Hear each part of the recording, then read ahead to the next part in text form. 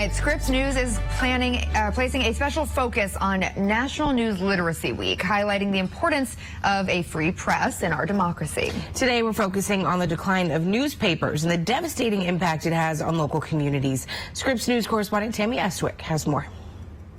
America, we have a problem. Newspapers, especially the smaller ones that often serve as the eyes and ears for their communities, are in danger of disappearing. We're not only in danger of, we have been losing local outlets. That's according to the newest State of Local News report by Northwestern University. Penny Muse Abernathy is a visiting professor at the Chicago area school.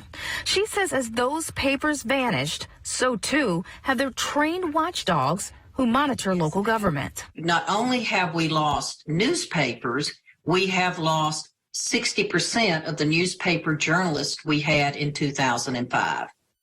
So 60%, that leaves 40,000 newspaper journalists that we had in 2005 that are not there now. For communities across the United States, the problem has created news deserts. We have areas where people have an abundance of local news.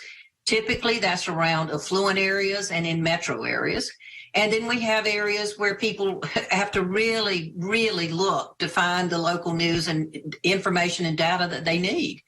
And invariably, those are the communities that need it the most. They are low income, and they are the traditionally underserved and marginalized communities, often with large ethnic populations that have not been served in the past well by mainstream media. Here's a map developed by Northwestern's Medill School of Journalism that shows areas served by 2 or more papers in dark blue, 1 newspaper in light blue, and no newspaper in white. You lose a local newspaper, and you lose the person who shows up at the school board meeting.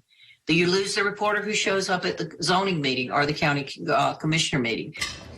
Memphis, Tennessee is 64% black and 27% white.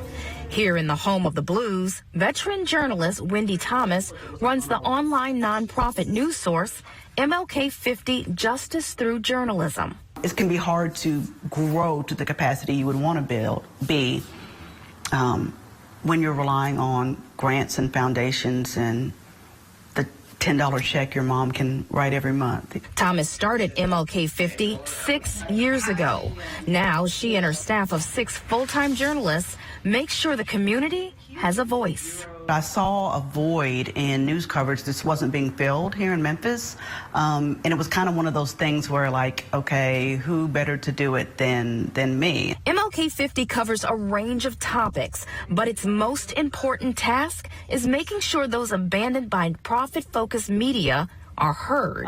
We launched a newsroom focused on poverty, power, and policy, which isn't something that like traditional legacy newsrooms typically cover, but I knew we wanted to focus on marginalized people here in Memphis, the people who often aren't the subject of news coverage. During her 30-year career, Thomas worked at mom-and-pop newspapers and at conglomerates. Rural communities have been hit hardest by the death of newspapers across the country. With advertising flowing to online and social media platforms, many small papers closed. And that means that in a lot of these places, there is no one whose job it is to pay attention to how tax dollars are being spent, to what the county commission is doing, to what's happening at the jails.